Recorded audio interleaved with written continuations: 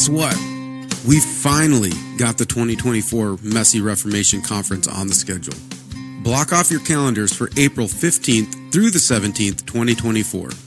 The theme for our first ever conference is Courageous Leadership, with a particular emphasis on what courageous leadership looks like in times of Reformation. In our current Reformation, the CRC needs leaders who are willing to stand firm in their convictions and lead their churches, classes, and denomination with courage and boldness. We've designed this conference to help equip, encourage, and paint a vision for what that courageous leadership will look like wherever God leads us. To find out more about this conference, or to get signed up right away, head on over to themessyreformation.com. Don't wait to get signed up. We need people to get signed up as soon as possible to get a handle on how many people are coming and what to expect. So don't wait. And don't miss this opportunity to equip yourself, connect with fellow leaders, and be part of this messy Reformation in the CRCNA. As you know, whenever Reformation has happened in the history of the church, things get messy and courageous leaders are needed. That's why we're taking the opportunity to have conversations with pastors throughout the Christian Reformed Church, to find out what's going on in our denomination, but also to talk about what Reformation might look like. If you haven't already, take a moment to click subscribe so you don't miss any of our upcoming content. We're dropping episodes every single Sunday evening. It's also important for you to know that you are our marketing plan. We rely on you to spread the word about what we're doing at the Messy Reformation. We rely on you to share our content. We also rely on you to give us 5-star reviews and provide good feedback for this podcast so that the algorithms push our content further into the world that needs to hear what we're saying. You are the marketing plan, and we believe we've placed our marketing in good hands. You can also support us financially on Patreon or Substack. All the money raised is used to fund online hosting and build the platform of the Messy Reformation. With all that said, we're going to get to this week's episode, which is part 2 of our conversation with Seth Atsma.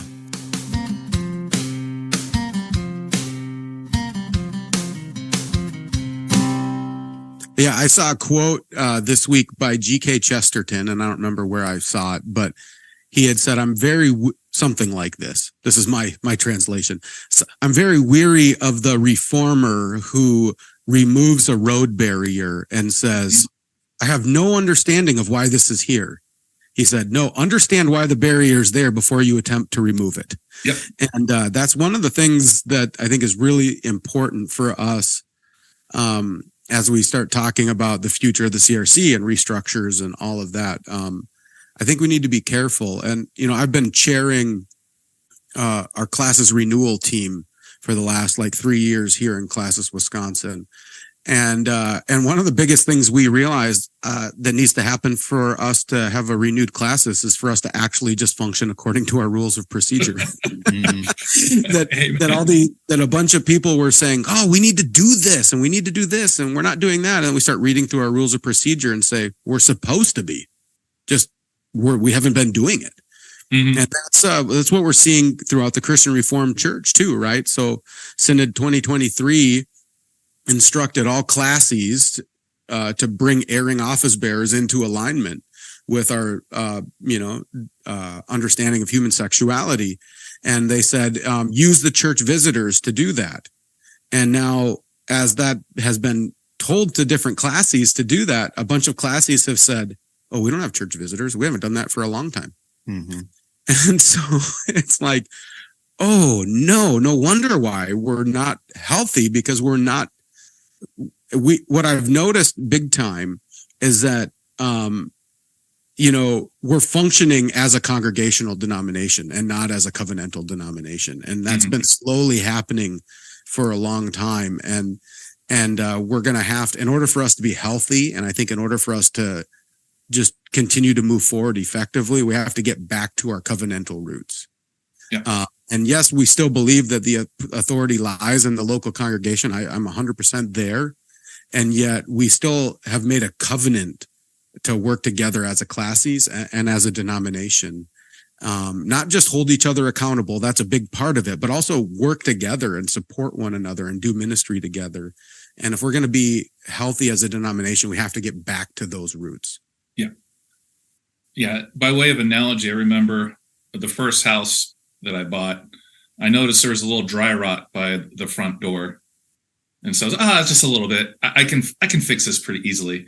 But then you peel it back a little bit and you realize it's a lot more than just this one. It's actually a lot of boards. And it's like, okay, well, this is too complicated for me. I better actually call somebody who knows what they're doing to come in here and fix the dry rot. And, as soon as you start peeling back, you start finding problems and problems. So in this little house, it was dry rot, but then we found out that, the siding, it's a 100-year-old siding. It's also falling apart. It's basically sawdust. Oh, and there's no insulation in your walls. So what turned out to be just this little problem. But I could have ignored it. I could have just just put some caulk on it and they'll be fine. But if I didn't actually start digging and realizing just how big a problem, I wouldn't have solved a lot of the other problems that were completely hidden to me. Yeah. So it's going to be messy. I feel like I've heard that somewhere, but it's going to be messy. But if it's better, or rather, the mess of cleaning up is going to be less messy than just letting it get worse. Yeah. Because the problem, you can ignore it until you can't ignore it, and when it gets to the point where you can't ignore it anymore, it's you just got to knock down the whole house and start over again. Well, the messiness is restoring everything to its foundations, right? That's what we're trying to do. We're not just demoing for demo's sake, but we're bringing things back to the foundation so that it's built on the rock and not on sand. Yeah. We might be talking around a certain point here, but I just want to bring the conversation a little different spot. Seth, you mentioned you're ordained CRC serving on loan in an RCA church. I'm kind of wondering, what exactly brought you to the situation that you're in? I would say it's a unique position, but our church order very much allows for it. So what brought you to the position that you're in? Well, so the church order allows for it, but also the church order says should not be the first call. But that's right. Turns out should doesn't mean can't. So this is my first call. And we're just kind of, it'll be fine. So again, I talked about a little bit about that, the heart, I have to have a job. That's the weed in my heart. And so wrapping up, I got a degree, but I don't have a job. I'm really scared. So I'm not saying I just jumped at the first opportunity, but there was a mindset of, I need to find a job that I was wrestling with. But thankfully at this time I had to develop some of those spiritual tools necessary to deal with that stress. But at that time, for anybody who graduated from a college, you usually get hey, here's some job opportunities out there, and seminaries are no different. So one of the emails was here's a Reformed church in Chandler, Minnesota. And my first inclination was, I want to stay in the CRC. But then I'm like, scared. I need to get a job. It doesn't matter where it's at. So I was kind of wrestling with there. So in a very roundabout way, God was even using my anxieties to kind of get me to nudge me down the path that I should be going. But so what kind of got me here is that it's a small church in a small town in the middle of the country. And I actually do have some family not far from here, down in Sioux Center in Orange City. So just a little over an hour away. So I'm not completely isolated. But I knew that, seminaries aren't really created, at least Calvin, in many ways, Western, even from what I understand. They're producing graduates who have a heart for rural ministry, or even a desire, and often just a fear of it even. I can't, during my time at Calvin, even though the majority of our churches are, rural context, almost I never heard about it once. Another classmate of mine said, "Oh yeah, I heard, there was one professor that talked about it, but it was always kind of in the, scary. They're very fundamentalist out there, watch out for those country churches." And so I knew that, they're going to have a hard time finding a pastor. In fact, they were. It was, I think, 3 years of just being vacant, not having anyone, even any leads. So I had a conversation with my wife. We graduated from Dort, which is just about an hour away from here. We familiar with the area, even though not specifically with this town, but like, yeah, this is a place where we can survive, where we can thrive. We can do this. God has equipped us to handle a rural church. So yeah, long story short, it's like, yeah, we can handle it. Let's go talk with them. Had a conversation. They invited us in, went through a whole call process. We had a little extra layer of difficulty because of that denominational differences, but thankfully our church order has a path forward through that. So got out here in October of 2019, and 3 months later we're shutting down for COVID. So that's a great way to not only start at a new church, but start your first church of trying to get to know an area with, hey, pandemic, everybody quarantine, but I don't even know anybody yet. Yeah, it seems like a lifetime ago, but it's over 4 years. Yeah, there's something to that whole moment of COVID that either destroyed people and congregations, right? There was a lot of people that suffered and struggled through that.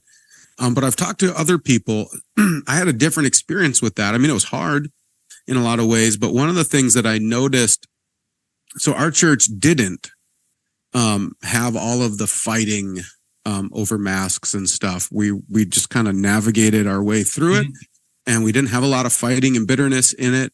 And actually, one of the things that I told somebody is I came out on the other side where I felt like, so I came into my church the end of 2018. So I had about a year there before all of the COVID shut down. So that's still pretty early. All right. I had told our church for the first year, we're not going to make any changes. I'm just going to be here and pay attention, learn the people, learn the church, learn the community before we start talking about how to minister effectively. And then about the time we were going to start talking about that, COVID hit, right? And so that kind of got everybody stuck in the mud. But one of the things I noticed was I came out of the other side of that where I felt like my congregation trusted me. They said, hey, this guy led us through something really difficult, and now we trust him in a different way. And it's I don't know how many people, I'm sure a lot of people were reading this book during COVID. I had read it a number of years ago. We had to read it for seminary. It was Canoeing the Mountains by Todd Bolsinger. And I don't always appreciate him in a lot of ways, but one of the things he said in there is your people have to trust you, like leading them on the map, doing the normal things before they're ever going to trust you to lead them kind of off the map and doing things differently. And so being able to lead through COVID was an opportunity for my church to actually, even though COVID was a lot of off the map kind of stuff, it was still preaching, teaching, pastoral care, on the map kind of stuff. And they were like, hey, this guy, we trust him now. And it's given me an ability to kind of speak into my congregation in a different way. Yeah. With my Navy background, I saw a lot of good leadership and a lot of bad leadership. And so I try to learn the lessons, like, okay, well, who were the good? Well, the good leaders were the ones I trusted. They were the ones that were there in the mess with everyone else. I mean, they maintained their position. It's not like they were doing my job for me, but they were struggling alongside me. And I kind of knew when when COVID happened, like, I haven't been here long enough to earn trust. So I need to start earning a whole lot of trust right away. And the best way to do that is to listen and have conversations and to put your principles into practice. So yeah, I hear a lot of like, from churches about, we've lost like a third of our members. We have so many people who haven't come back. I'm thankful that in Chandler, we never really didn't, I can't really say we lost anybody from COVID, because as a consistory, the elders and deacons, we were all talking and coming up with a plan for what is best with Chandler. Kind of a little microcosm of that, we decided to be open, but we were going to social distance. And so there were some like, we shouldn't be open at all. And others were like, we shouldn't be social distancing. But, you find that not necessarily that you're finding the middle path, but you're finding a good balance of, being healthy, being open. And so we didn't enforce any mask mandates, but there were plenty of people who showed up with masks, plenty of people who didn't. We were able to, you talked about, being forgiving to people who had different understandings or a different risk tolerance. But I remember when we decided to go to that social, we're going to spread out. We're going to have like empty rows of pews in between. And, getting somebody to sit in a different spot in church can be a minor miracle. But, the deacons were out there. And even though they got a little grief, like we said, hey, deacons, the elders have your back. If anybody's giving you too much problem, come talk with the elders or the pastor and we'll help you with that. But the deacon, like, nope, we got this. And I would say about 2 weeks after we put in that social distancing, people made new habits so that a year later, we're like, hey, you don't have to social distance anymore. You can sit wherever.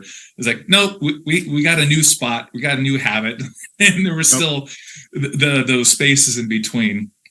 So, but that's, like you said, you got to, trust to lead on the map before people learn how to, trust you off the map. And one way to earn that trust is to actually listen to what people are worried about.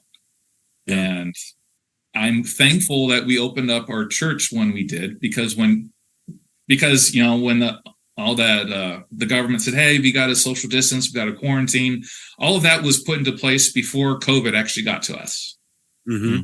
And, that was stressful, and you're getting burned out, stressed out with a quarantine, and the sickness isn't even by you. So when we opened up again, we were able to work through a lot of that stress and rebuild our community, the ties of the community, and strengthen those up again, so that when people started to get sick and we went back to our quarantine habits or policies, they had the strength and the endurance to actually make it through at this time. Yeah. And so I think that's one reason why we didn't have people decide that I can just watch on YouTube. It's not a big deal. That the desire to be a body actually got strengthened through COVID.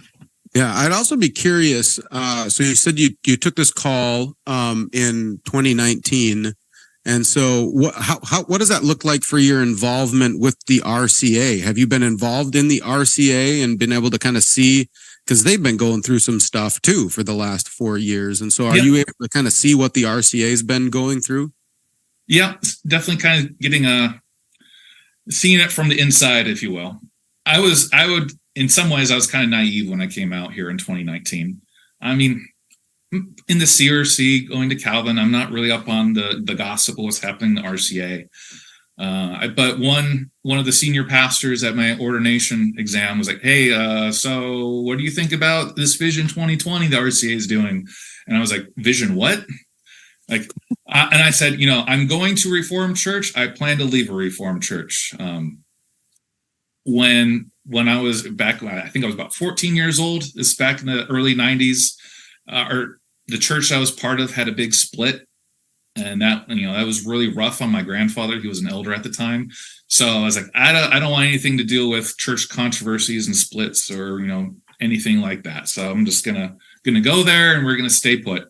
But I had no idea what was going on, and so when I got here, one of the first things I wanted to do was like, okay, what is this Vision 2020? We're gonna have a talk about it, and then because I wanted to be a good leader, I wanted to get the elders and deacons, up to speed on what's happening so that we could be leading instead of reacting.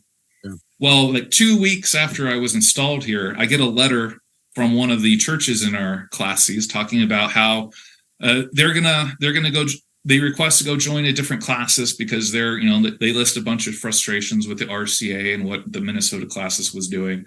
And I realized, I wanted to be ahead of the game. I wanted to be leading and not reacting, but it's already too late. I'm going to be reacting. So anyway, Vision 2020 was supposed to come up with some game plan of how the RCA was supposed to go forward. And I just remember kind of bringing these updates to the congregation. And one of the things, so when Vision 2020 finally wrapped itself up, their recommendation was to create another committee to come up with the detailed plan of what was supposed to happen. And I was standing in front of the congregation. I was like, oh yeah, and Vision 2020 is done. Here's the recommendation. And the recommendation is to form another task force. And I just see this hope just kind of died. Mm-hmm. And I was like, not again. You're just eyes rolling. It's just I was like, ooh. that was painful as a pastor to see your church just kind of spiritually react that way. I could see it happening. So like I was saying, being a good leader, you got to listen. And a lot of what I've experienced here in Chandler is that the RCA leadership hasn't really been listening to a lot of the local churches, especially in the rural areas. Even so, as a pastor, and I said to my elders, look, I'm ordained in the CRC. From my point of view, it would look really odd for me to be an outsider coming here and then leading you out of the RCA.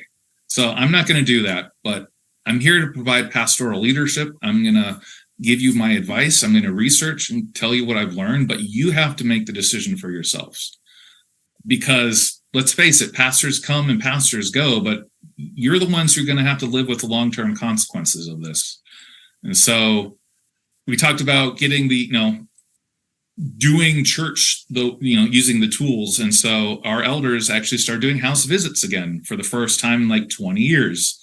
And to everyone who did it, every single person was like, wow, that was amazing. I was really stressed and worried at first, but it was such a blessing to go and actually sit and talk with people, even though there was this like big, hey, are we going to stay? Are we going to go? Question hanging in the air. But we wrestled with our process for a couple years.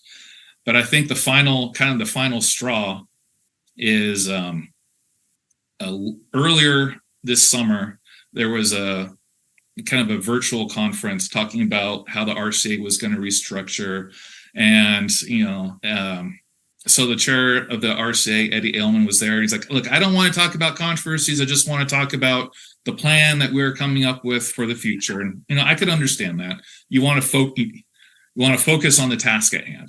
At the same time, the reason why you're restructuring is because of all these controversies and the worries people are having. And so, they presented, they're like, hey, this is just the first revision for our plan. We're going to have another revision next year based upon feedback. But a lot of the questions being asked were very circumspectly kind of talking about all these churches that are leaving. And finally, he was forced to kind of address it at the end. And it kind of hurt. I wouldn't say no, it did hurt on how he kind of addressed it. It's like almost very dismissive and flippant of the over 200 churches that had left at that time. Like, oh, it's just the white churches that are leaving. None of the other churches, none of our ethnic churches are leaving. And yeah, those are a lot of and they're leaving because of money and politics. It's fine. Paraphrasing, but that was the kind of the attitude that we were hearing on our end. So just imagine it's like a Thursday night. People are gathering into church to listen to, the president of the RCA talk. And these are all lifetime members of the RCA. Many of them were, their grandparents founded the church back in, 1911.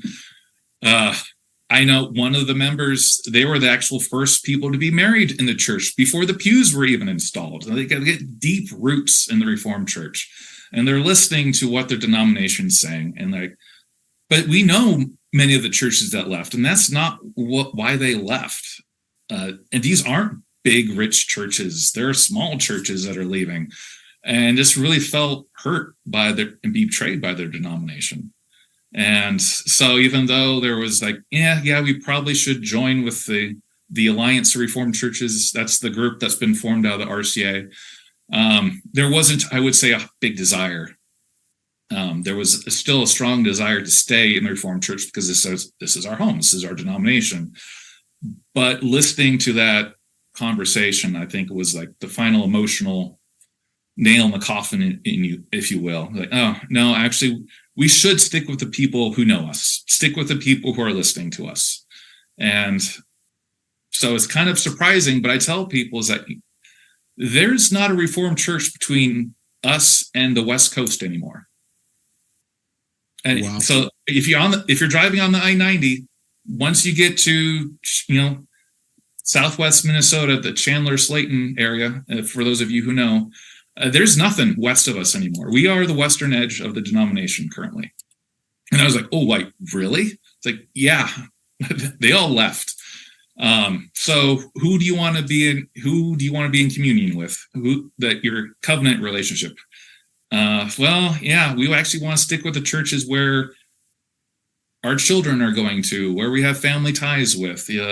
So they, as a Chandler Reformed Church, decided to join with the Alliance Reformed Churches, and because that's the community around us right now. It's not the RCA anymore; it's the ARC. And granted, with you look at our demographic, there's not a lot of energy to do a lot of that, a lot of the work of the church anymore. So if we're going to be partnering with churches, it's going to be a lot easier to partner with a church that's just 20 minutes away and 30 minutes away rather than churches that are 3 hours away. So that was a big practical consideration for us as well.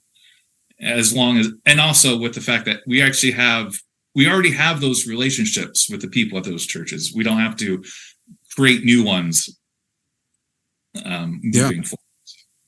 Yeah, and what I hear is, that it seems like a lot of those churches felt like the denomination, like, left them, right, rather than them leaving the denomination. That it's almost, like the line that the reformers said, like, we didn't break off from the church broke off from us. They kind of veered off, and so these rural churches are saying, man, the RCA just wandered way off over here and said, to heck with you, right? You're not really that important to us anymore.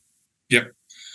And then you look at the numbers and you realize that, it's the majority of the RCA that's leaving the RCA. And I don't have any updated numbers, but at the beginning of this year, I want to say over a quarter of the churches had left. And those churches represent over half of the membership of the RCA. Yeah. And that's just staggering to see just how it's just imploded over the past 2 years. And then who knows what the final total is going to be in 2 or 3 years from here. But sad to see it. Yeah. And this is what happens when, and I don't know the RCA so much, but the only way that a decision gets made in Reformed polity that doesn't represent the majority of the churches is when there's political maneuvering going on. Yep. And political stuff, right? Because you're trying to make power plays, you're trying to overrun and kind of do a roundabout the majority body. And so when that happens, right? And so that seems like that happened in the RCA. So then the majority of the churches are like, okay, we're out because you're making decisions that are not in line. And then you lose your whole denomination that way, right? Yeah, rules are important. The BCO, I love the fact that we have guidelines, but it's also important to remember that those rules are there so that we can do things, well and in good order. For following the rules, that's one way we build trust. Mm-hmm. But when we use the rules to get our way, well, now we're playing political games. We're trying to game the system, and that's the surest way to burn up trust and good faith. And unfortunately, I've seen that front and center in the Reformed Church over the past 4 or 5 years. And I don't want to see that in the CRC as well. Yes, follow the rules, but those rules are there to build trust with one another. And I don't want to point out any specific classes, but I'm sure we all know who we're talking about. But when one classis decides to, there's some wiggle room here, and we're going to try to, there might be an inch that we can take a mile out of it, but that's how you break trust. And there's only one way to recover from that, and that's applying the rules and discipline. And we got to do this together. We got to be talking with one another, and not just saying we're going to have a conversation, but actually have a conversation where you actually are listening to people and not just being dismissive right out of hand. So I'm hopeful for the church, because my hope isn't founded on anything that we do, but it's on what Jesus has already done for us. Mm-hmm. Doing catechism with my daughter, we're working through the Belgic Confession right now. Just did the doctrine of election. It's like, why does God choose us? We're totally sinful. Well, because of God's goodness and the goodness of what Jesus has done, that is something that you can depend upon. Not, I love the BCO, but it's not where my hope is at. I love the people of the church, but I don't put my hope in them. Love them, do what's best for them, but hope is founded on Jesus. And the more we keep our eyes on him, a lot of the political stuff, I don't want to say that it goes away, but when you put it in its proper context, that's how you turn the mountain back down into the molehill that it is. Yeah. Yeah. Amen. Yeah. I my Advent series I'm going through right now is the life of Judah. And that's about the response I got from my church when I said that. They're like, why are we looking at Judah? Like, that guy's terrible. And I'm like, and it's from the line of Judah that Jesus came, right? And so what does that teach us about Advent and longing and whatnot? It's been a really good series. And this last week, I kind of did a big overview picture of Judah's role in Joseph's life, right? Where Judah's the one at the beginning making the pitch to like sell him into slavery. Like, at least we're going to make some money off of this deal. If we kill him, we get nothing out of this, right? And you're like, oh, Judah, like, this guy's terrible. But then at the end of the story, like 20 something years later, Judah's stepping in and saying, no, put me in slavery over my brother Benjamin. And one of the commentators I read, I forget which one it was Bruce Waltke or Gordon Wenham. One of those two anyways said, that story of Judah's transformation throughout this is showing God keeping covenant with his people by transforming them. And, God transforming the wicked patriarchs, right? The patriarchs of the church sold we're going to murder their brother and sold him into slavery, right? This is not a good beginning. And yet over difficulty and trial, God shaped and molded and transformed them to be able to be the patriarchs who aren't perfect, but whom God has said, you are my covenant people. And I'm going to keep covenant with you by working on you and transforming you. And it's a powerful reminder for all of us that, the passage I point to all the time is 1 Corinthians 1:26-30, where Paul says, did God choose you because you were smart?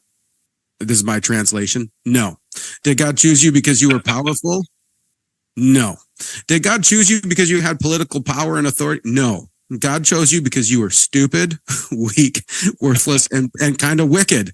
And he keep covenant so that he would get the glory by transforming you and working through you and bringing about something great. So like, get off your high horse, trust, put your hope in God and follow him. And it's a really powerful reminder for all of us in the midst of life, ministry, and in the midst of this messy Reformation that we're seeing, that our hope is in the God who keeps covenant with us. Yep. And does it through transforming us. Yeah. And of course, you talk about life of Judah, you got to talk about, one of the final words that Joseph said to his brother, what you intended for harm, God used for good, the saving of many souls. So there's, again, the hope isn't on what we're doing, it's what God is doing through us. Amen. And thankfully, I think I also have hope that God is doing a work in the CRC right now, and a different work that seems like than what God is doing. God is also doing a work in the RCA. But I think he's doing a different work in the CRC, where it seems like the RCA, the work is that they look like they're coming to an end unless God does something drastic there. Whereas the CRC, I feel like God's doing a work of reformation here. I pray that God's doing a work of reformation here. And so I'm hopeful that God's doing something in and through his people here that will, and he'll receive glory through either one, right? And so, but I'm hopeful to see that in the CRC. Do you kind of get that feeling too, kind of having a foot in both camps, one in the RCA and one in the CRC, that God's doing something different here in the CRC? Well, so yes and no. On one hand, there's only one gospel, there's only one work. And so I see, as much as I disagree with a lot of what the RCA is doing, I still see the Spirit at work in our brothers and sisters that have stayed in the Reformed Church. And so I pray for them. And when I hear good news coming from the RCA, I'm happy, I'm joyful, I'm thankful. At the same time, there's this new thing, the Alliance, and so I pray for them as well, and I see the Spirit at work there.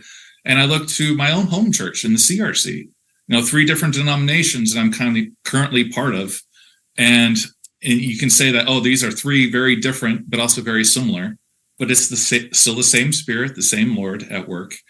And I guess what I'm trying to get at is that I don't want to fall down into the old habits of, well, this is CRC, that's RCA, that's the Presbyterians, that's the Lutherans. Really open up our eyes to see that God is at work, not just in our own denomination, but in all denominations, in all people. God is even using, one of the lessons of the Bible is God uses all people, even the ones who aren't part of his called nation. He's God of all nations. Think about the story of Esther. God used a pagan king to save his people because he's sovereign over all. God is still the God of the pagans, even though they don't acknowledge him. God is still God of Canada and the United States and the entire world. So I see the same work, from a theological perspective, it's still the same work. But I also see that the Spirit, like the wind, blows all over the place. Sometimes it's blowing from the west, sometimes it blows from the south, sometimes it's a hot, dry wind, sometimes it's cold and wet. And you have to be attentive to where the Spirit's blowing, how's it blowing, and make the wise decisions based upon your surroundings. Again, the brilliance of the Presbyterian model is that we don't have some central authority making a decision that everybody has to follow. No, local churches can adapt based upon how the Spirit is leading them in their local context. I like to use weather as an example. In the wintertime, you're going to put on your winter coat. And so, especially when you're in Minnesota and it's 0 degrees outside with a -30 wind chill, you better put on a winter coat. That's smart. But when it's July and it's 90 degrees outside and humidity is through the roof, you had better take that winter coat off. The winter coat in and of itself isn't good or bad. It's the context in which you're wearing it. And so, yeah, it's kind of hard it's sad to see how the RCA has been dissolving, but at the same time, people are still using it. I see as an opportunity to recommit to the gospel, getting back to what our mission is, spreading the word, planting churches, creating the connections through which the Spirit works, seeing the kingdom of God come today, and hopefully that also kind of starts breaking down a lot of the denominational walls where we're be more flexible, be more willing to work with our neighbors. Again, from my background, I grew up in a town where you're Catholic or Lutheran, and you got to learn how to get over a lot of those theological barriers that separate us and realize that it's still the same Jesus that we worship on Sunday. And it doesn't matter what name is on the door of your church. What matters is the name that's on your heart. And that's what I want to see with the Reformation, the CRC. Not trying to just stay, it's where my grandparents went, and I want to still stay in the same church that they helped build. Or who's going to have the influence, who's going to have the power, who's going to make the decisions. But no, let's commit to being faithful Christians. Let's have the name of Jesus not just on our hearts, but also on our lips as well. That's all we have for this week. If you want to help us out and support the Messy Reformation, another thing you can do is sign up for our newsletter through Substack. That way, you'll get episodes and summaries sent directly to your email inbox. It will also give us the opportunity to communicate with our audience, which is one of the biggest struggles of a podcast. So head over to the Messy Reformation on Substack and sign up for our newsletter. Now, stay tuned next week to hear reflections from Willie and I about current affairs in the Christian Reformed Church. But until then, don't forget this is Christ's church, and he bought it with his blood. And we've been warned that wolves will come in trying to destroy the flock. So, keep a close watch on your life and on your doctrine. Preach the word in season and out of season. And keep fighting the good fight in this messy Reformation.